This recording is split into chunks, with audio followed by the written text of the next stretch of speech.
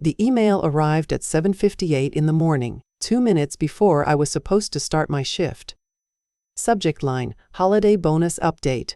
I'd been feeling good that morning, hopeful even. I put in 70-hour weeks for months to help land that Meridian contract. I was the senior accountant. I knew what that win meant for the company. I knew what it meant for me. My Christmas bonus was supposed to be $2,000. Everyone's was. I opened the email. Dear team, it began. In light of recent economic challenges, Hartwell Logistics must make difficult decisions to ensure our long-term stability. After careful review, we regret to inform you that this year's annual holiday bonus has been canceled. We ask for your patience and understanding as we navigate these hard times together. We remain committed to each of you. Signed, Derek Vance, Operations Manager. Hard times. I read it twice, 3 times. The words didn't change. $2,000. I had a specific line for that money in my holiday budget. It was going to cover my mother's plane ticket to Columbus.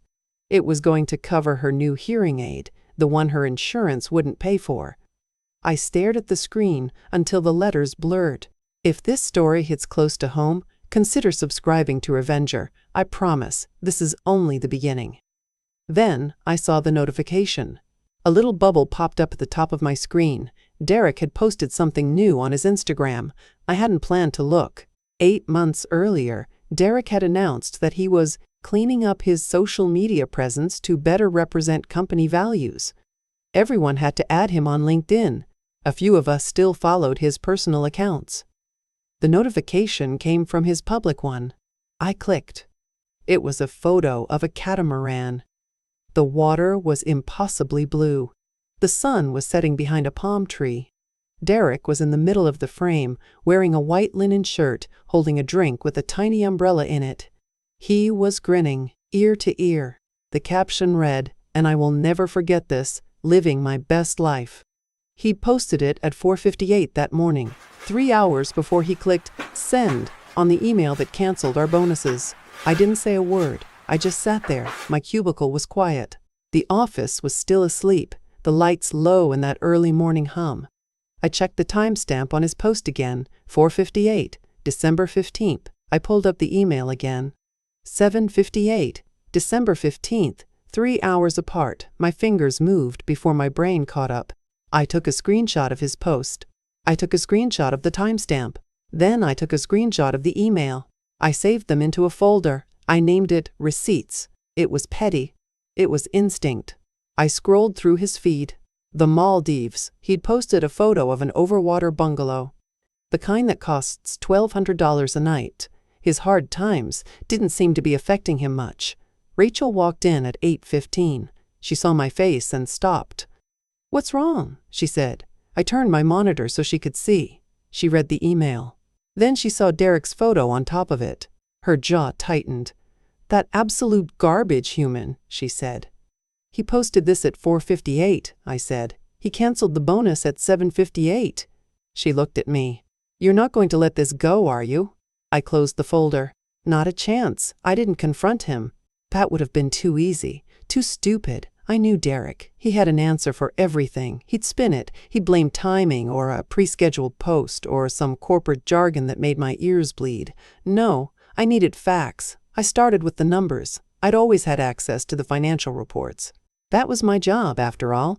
I watched the payroll ledger. I watched the profit quarter numbers. I watched the account marked executive incentives, which had grown suspiciously fat at the exact moment our bonuses got empty. But first, I saved that screenshot, and I started digging. What I found over the next few days made my blood run cold. The numbers were clean.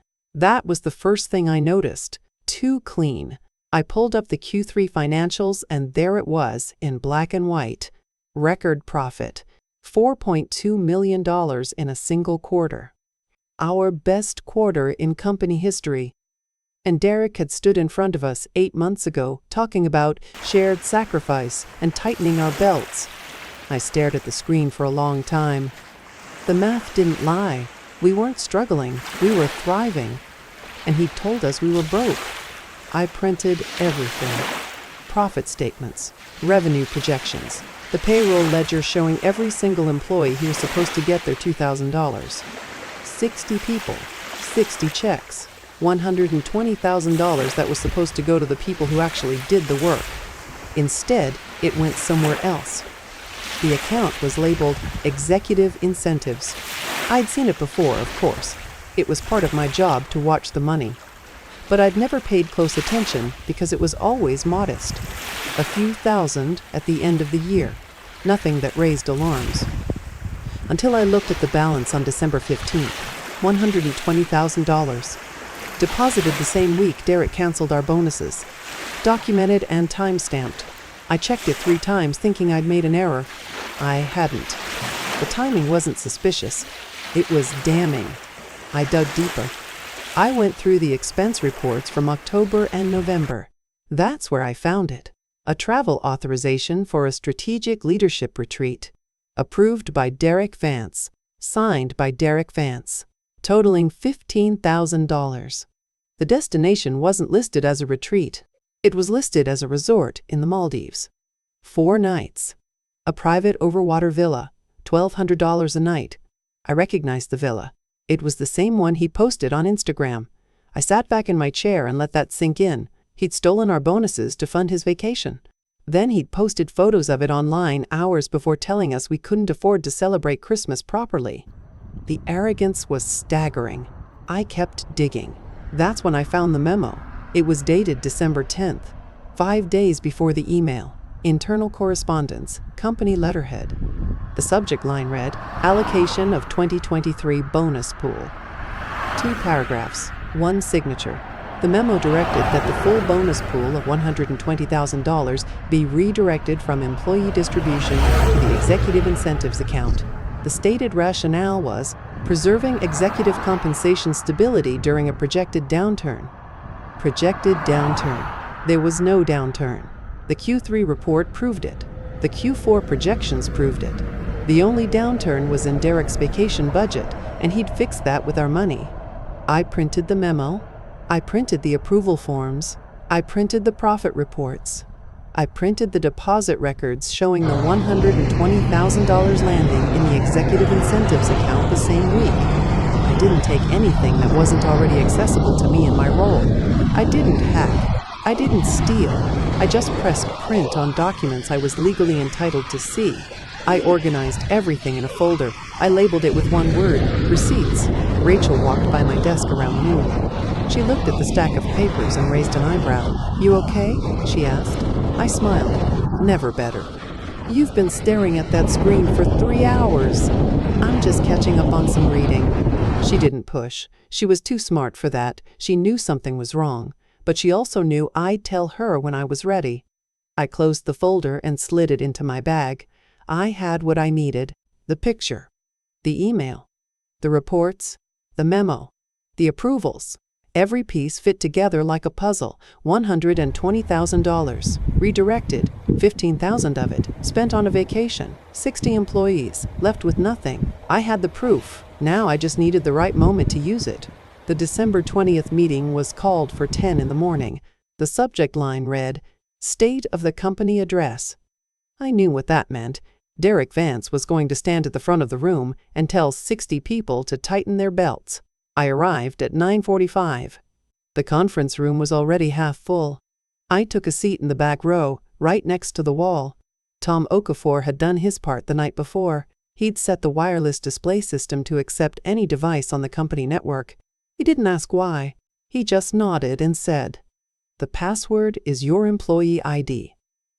Derek walked in at 10 on the dot. He wore a crisp navy suit and a smile that didn't reach his eyes. He stood behind the podium and spread his hands wide.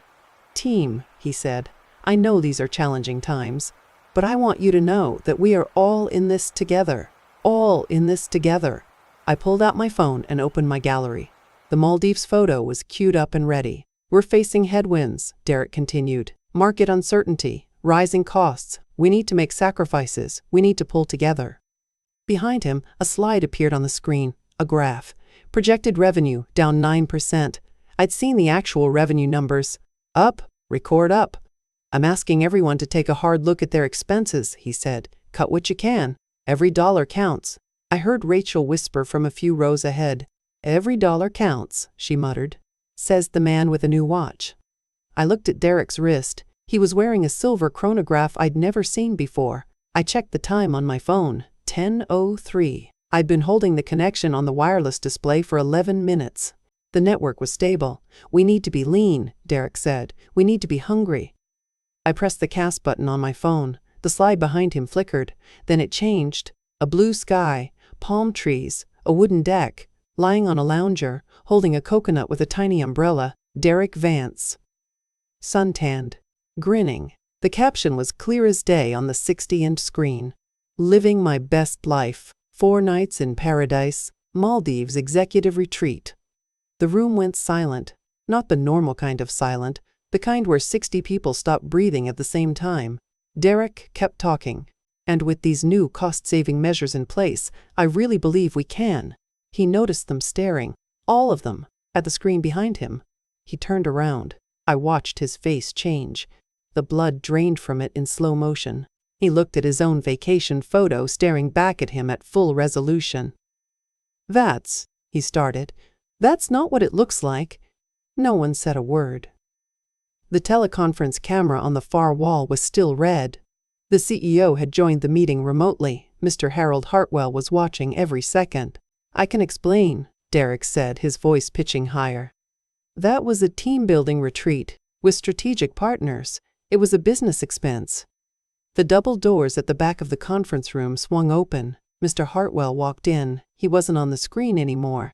He was standing in the doorway, wearing the same stony expression I'd seen in 100 family photographs. Only this time, it wasn't directed at a grandchild who'd broken a vase. It was directed at Derek. "Explain this," he said. The words landed like a hammer.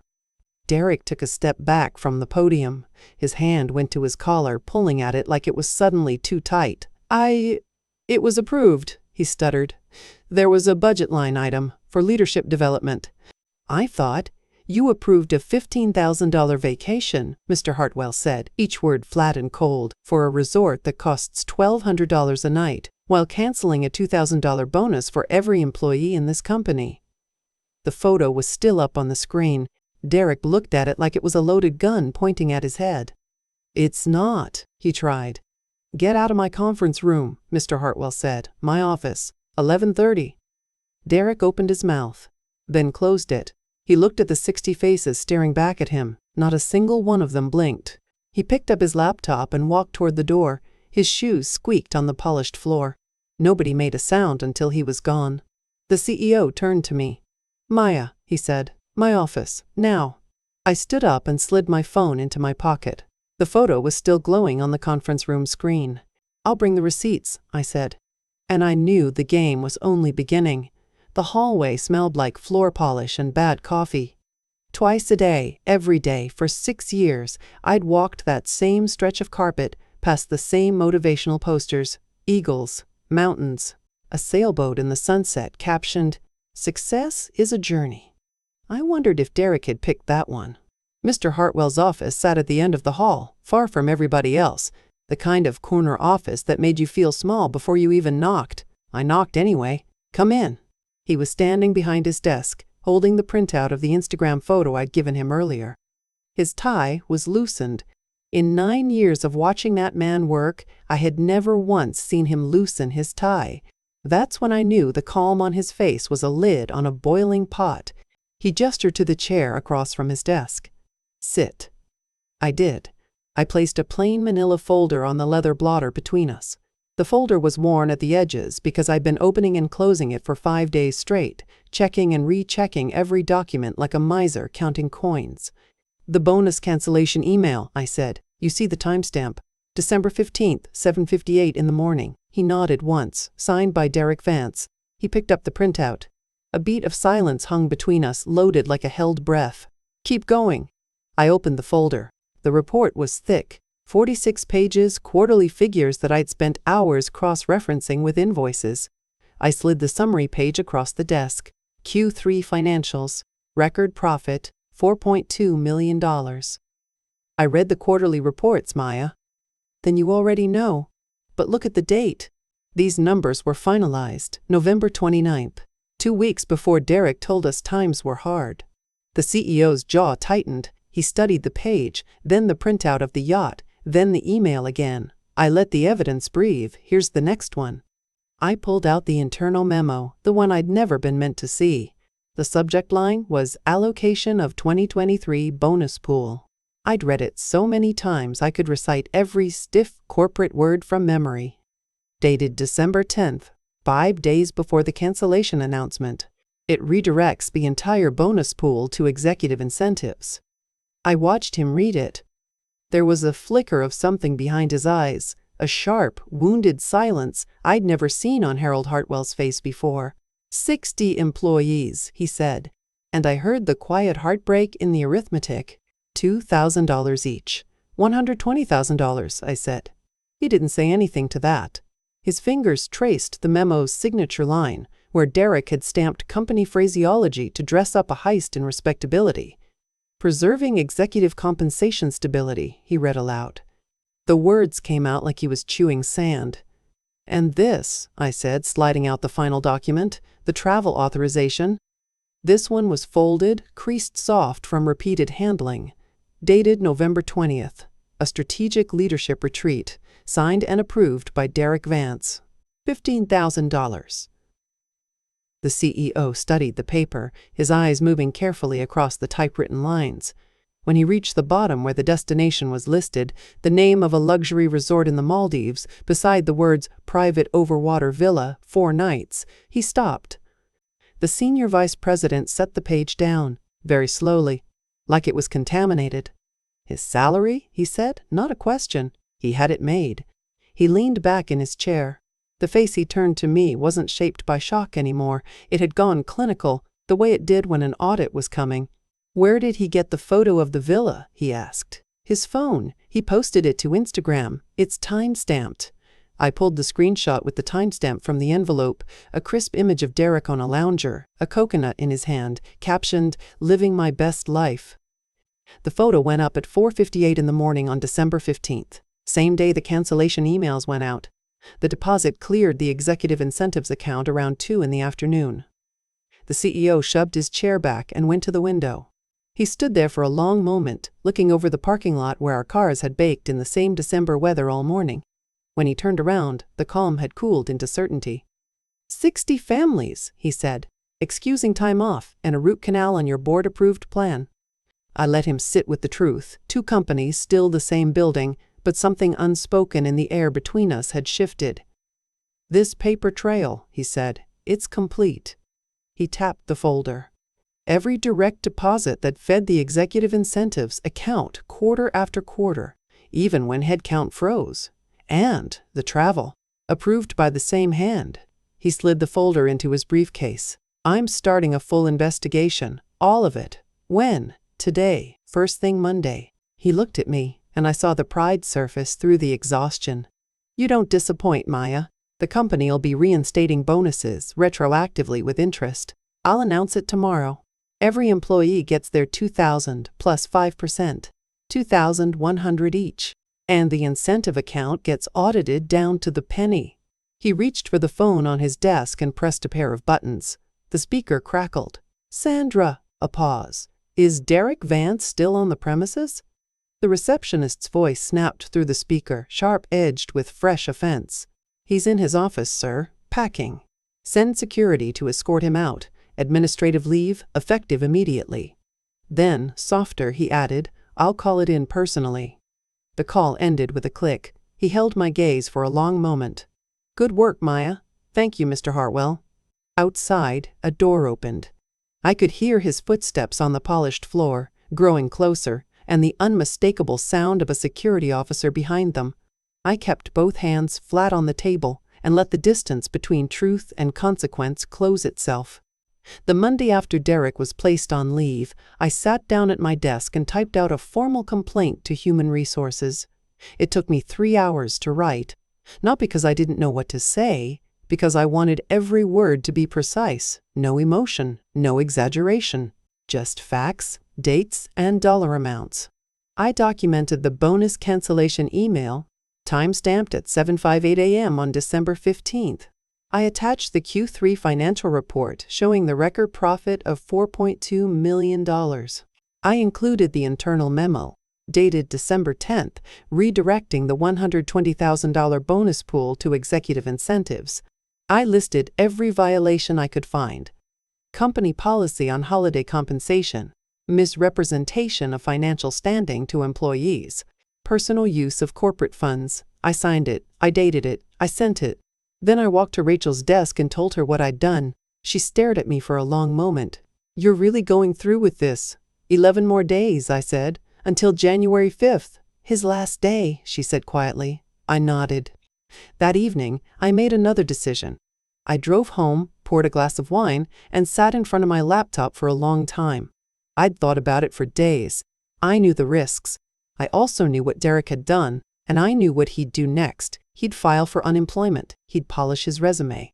He'd start networking, calling old contacts, spinning this as a misunderstanding. He'd land somewhere new within 6 months, and he'd do it again. The only thing that would stop him was the truth. The kind of truth that couldn't be buried in an HR file. The kind that followed him everywhere. So I wrote the tip. I kept it anonymous. No name, no email. Just a short message to the news desk at WBNS 10 TV, the local Columbus station. I told them about the canceled bonuses. I told them about the luxury vacation. I told them about the $4.2 million profit quarter. I attached screenshots of Derek's Instagram posts. I paused before hitting send. My finger hovered over the mouse. This wasn't an HR complaint. This was public. Once it went out, there was no taking it back. I thought about the 60 people who'd been told to make sacrifices. I thought about my mother's hearing aid. I thought about Derek on that yacht, toasting the sky with a coconut in his hand. I pressed send. The news station picked it up the next morning. I learned about it when I walked into the break room and found a dozen employees gathered around the television. A reporter stood outside our building, microphone in hand, talking about corporate greed and stolen holiday bonuses. The segment was 4 minutes long. They interviewed a former employee who'd worked the loading docks for 17 years. He said his wife had cried when he told her the bonus was gone. The reporter played a clip of Derek's Instagram photo, captioned, "Living my best life." The room went silent. By noon, the story had been picked up by 2 national outlets. By the end of the day, it was trending. Local. Then regional. Then everywhere. People in the industry started talking. I heard through a friend of a friend, a logistics manager at a competing firm, that Derek had been blackballed before the news cycle even finished. Calls went unreturned. Emails bounced. His name became shorthand for what not to do. On December 22nd, the phone stopped ringing entirely. I knew because Rachel heard it from a recruiter who'd heard it from someone in Derek's network. 3 interviews canceled in 1 day. 2 job offers revoked. I felt a strange mixture of satisfaction and sympathy.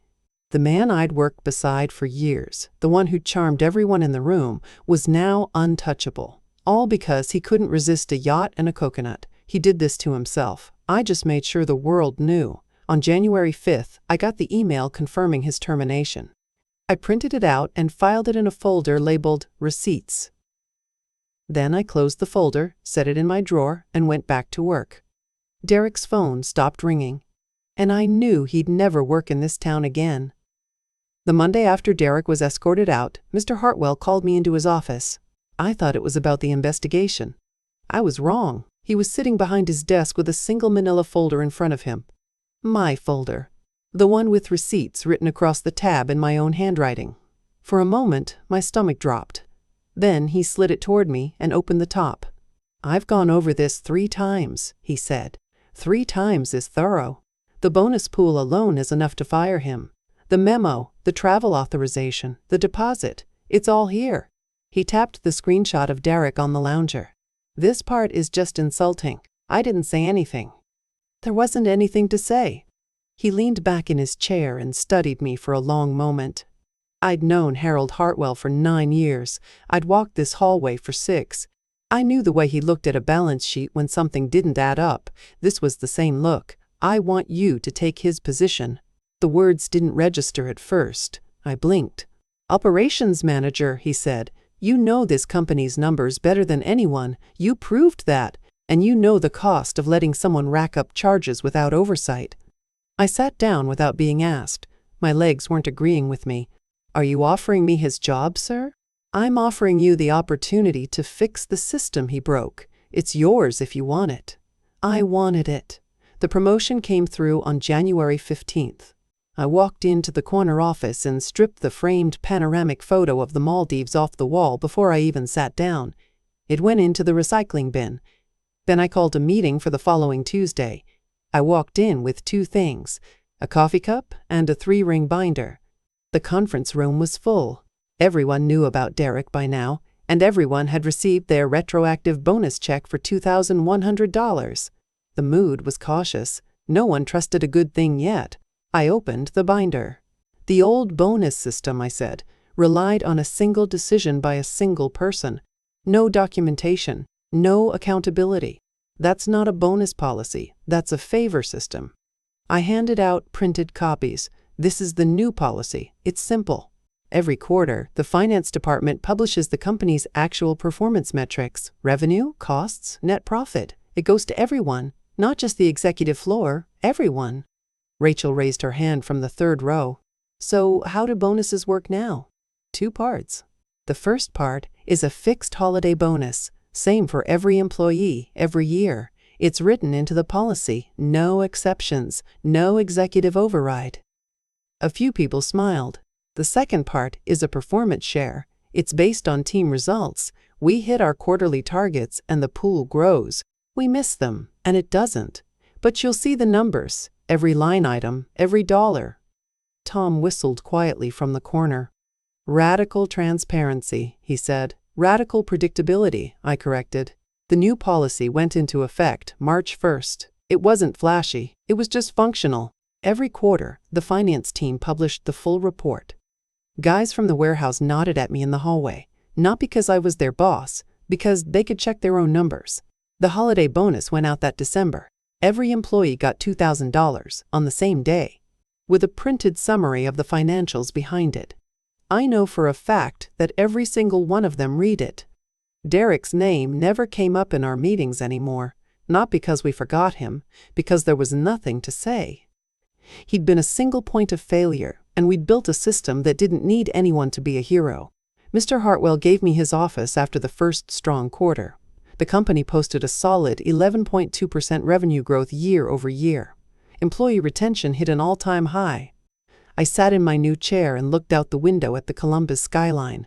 Rachel popped her head in. You know what I love about the new policy? She said. What's that? I checked the financials today and I found a bug in the expense report system. I reported it to IT and got a $100 bonus for the catch. Nice. I bought you lunch. It's in the break room. She disappeared before I could argue. I laughed a little and turned back to the window. A single photo on a yacht, a coconut, a caption about living his best life. One moment of arrogance, and the whole house of cards came down. Derek lost his job, he lost his reputation, he lost the trust of every person in this building, and on the day my new office door was installed, I hung no photos of the Maldives. I didn't need them. I had a company that trusted me enough to publish its own numbers. I had a team that knew their work had value. I looked at my new office and thought about how a single photo had changed everything. That first December in the corner office, I kept waiting for the other shoe to drop. You spend 9 years watching corporate politics. You learn that nothing good survives contact with the truth. Secrets get buried. Whistleblowers get pushed out.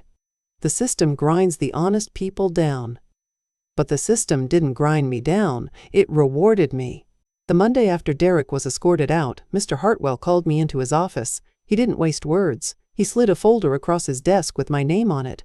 Inside was a formal offer for the operations manager position. I read it twice, then I read it a third time. This isn't a thank you, he said. This is a correction. Derek's failure was a failure of oversight, and that failure belongs to me. I'm fixing it. I accepted the position that afternoon, and I walked back to my old desk with a strange feeling in my chest. It took me a moment to name it. It was safety. The kind you feel when you realize the people above you will actually catch you when you fall. The promotion came through on January 15th. I moved into Derek's corner office. The first thing I did was take down the panoramic photo of the Maldives he had hung on the wall. I carried it to the recycling bin and dropped it in without ceremony. One photo changed everything. But it wasn't the photo itself, it was what it represented: arrogance, entitlement, the belief that rules apply to everyone except you. I called a meeting for the following Tuesday. The whole company showed up. 60 people in the same conference room where Derek had stood and talked about sacrifice. I stood at the front this time. No more mystery bonuses, I said. No more surprises in December. The holiday bonus will be fixed. $2,000 for every employee, every year, on the first Friday of December, written into the budget and published in the annual report. Rachel raised her hand. What about performance bonuses? Performance-based shares, tied to the company's published financials. If we make money, so do you. The numbers will be transparent. You'll see exactly how the pool is calculated and exactly where it goes. Tom whistled from the back row. Radical transparency. You're welcome. The new policy went into effect March 1st. By the end of the year, revenue growth hit 11.2%. Employee retention improved. People stopped updating their resumes in the parking lot after meetings. And the following December, every single employee received that $2,000 check before the company party. No fine print. No last-minute cancellation. No side letter from the operations manager explaining why hard times required sacrifice. That first check had interest included. $2,100 each one. Rachel got an extra $100 that spring for catching a mistake in the expense report system. She framed the check. I heard she hung it right next to her desk. Here's what I learned from all of it. Derek didn't get caught because I was brilliant. He got caught because he was lazy. He thought his title protected him. He thought the bonus pool was his private account. He posted that photo at 4:58 in the morning, 3 hours before canceling 60 people's Christmas. Arrogance writes the evidence. The quiet people just collect it. I keep my receipts folder now. It sits in my bottom drawer under a stack of old tax files. I don't open it anymore. I don't need to. But I know it's there, and I know what it cost to fill it. 6 years I walked that hallway. 9 years I watched Harold Hartwell run his company. I never imagined I would sit in the corner office and write the bonus checks myself. You're probably wondering if I feel sorry for Derek. Sometimes I do. When the news story broke and his old golf buddies stopped returning his calls, I felt a small twinge. When the new year came and he had no job, no reputation, and no place to go on the icy sidewalks of Columbus, I felt it again. But then I remember the look on Rachel's face when she read the cancellation email that December morning. And my mother's hearing aid that had to wait another 6 months because I was covering my rent. And all 60 of us in that room being told to tighten our belts while our boss toasted the sunset with a coconut. The twinge doesn't last long. I closed the blinds in my office and watched the city lights start to flicker on across Columbus. The office was quiet. The halls were empty. Somewhere on the floor below me, a photocopier hummed through its after-hours warm-up cycle. I thought about how a single email at 7:58 in the morning and a single photo at 4:58 had collided to change everything. A man's career, a company's culture, 60 family Christmases. The truth doesn't move fast. It sits in folders labeled receipts and waits for the right moment to speak. And when it finally does, it doesn't shout. It doesn't have to. Thank you for listening to my story. If you enjoyed it, please like and subscribe. It helps more people find these stories, and I have plenty more to tell.